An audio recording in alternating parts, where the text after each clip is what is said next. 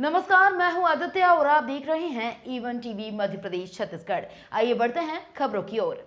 पारसिया के समाज सेवी रिंकू चौरसिया ने आंखों के अस्पताल की अनियमितताओं को लेकर जांच की मांग की है।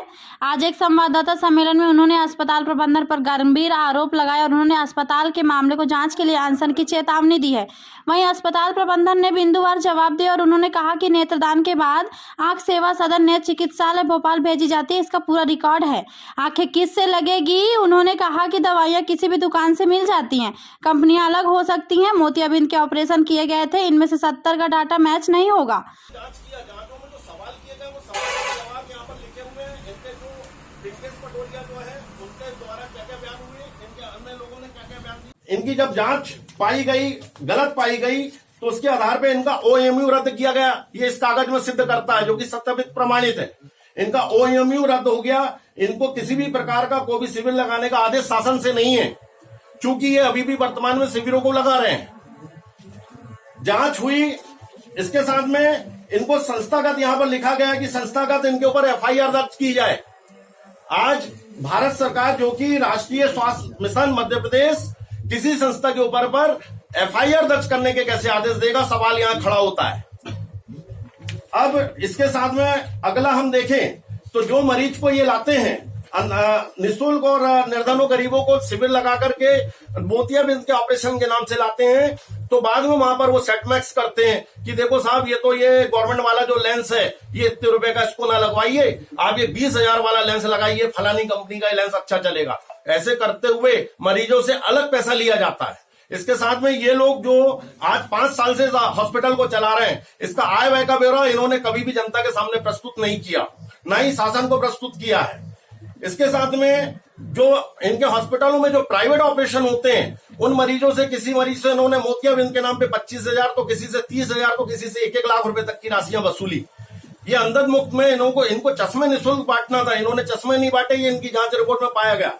इनके डायरेक्टर के जो सवाल किए गए हैं, वो सारे सवालों के जो जवाब आए हैं वो पूरे बेरंग आए हैं और पूरे गलत आए हैं। ये एक बहुत बड़ी जालसाजी हमारे केंद्र सरकार से की गई। एक ये बहुत बड़ा यहाँ पर स्कैंडल हमारे क्षेत्र में किया गया, जिसमें मामला करोड़ों रुपए का है। मैं शासन प्रशासन से निवेदन करता हूं कि यदि वर्ष 2022 के 4,891 ऑपरेशन का बिल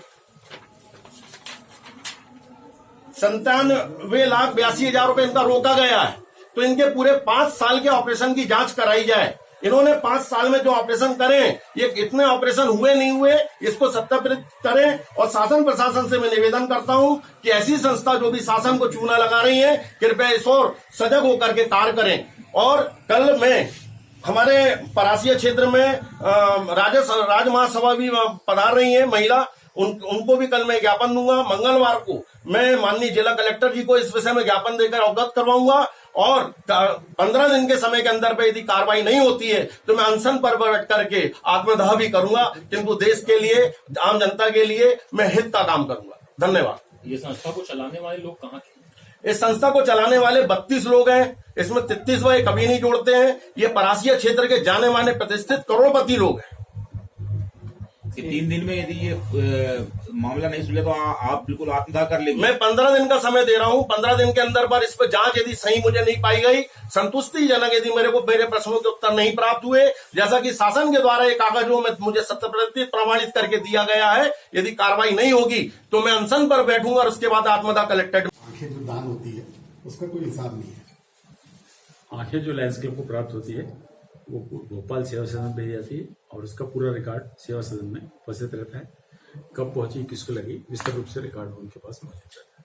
कुछ खास, किसी खास दवाई की दुकान से ही दवाइयां मिलती है अन्य जगह से? हमारे यहाँ जो दवाई लिखी जाती है अस्पताल में, वो पूरे जिले में आप कहीं से भी ले सकते हैं। कोई बंदिश नहीं है कि कहीं से भी आपने, वो दवाई हर जगह मिलती है और ये जो आरोप को बेबुनियाद है। शासन ने एक जांच की है कि जिसमें कुछ मरीजों के आधार नंबर और मोबाइल नंबर गलत पाए गए, जिसके कारण आपकी राशि रोकी गई। इसमें क्या सकते हैं? देखिए, ऑपरेशन दिसंबर जनवरी में कुछ ज्यादा हुए तो गलत नहीं पाए गए। कुछ में आधार कार्ड शायद किसी 2-4 में छूट गए होंगे। बाकी पूरी फाइलें हमारे पास तैयार है। इस विषय में आदरणीय कलेक्टर महोदय से, सीओ महोदय से हमने अनुरोध किया कि जितने भी ऑपरेशन हमने किए हैं, जिसका भुगतान रुका हुआ, आप आए, उसे जांच करें और जांच कर उसका निराकरण करें।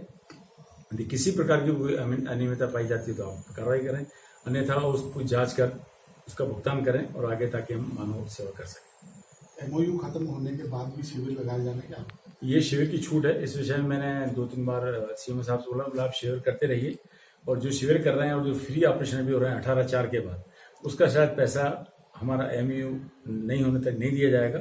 तो आप ऑपरेशन करें, ऑपरेशन की कोई दिक्कत नहीं है। तो अभी वर्तमान में हम ऑपरेशन तो नहीं कर पा रहे हैं, फिर भी जो जरूरी है उनका निःशुल्क कर रहे हैं। बाकी अस्पताल में हमारे ऑपरेशन बेड भी होते हैं, पूर्व में होते थे, अभी भी होते रहेंगे। जिस व्यक्ति ने आरोप लगाया कोई कार्रवाई अगला कदम उठाएंगे आप?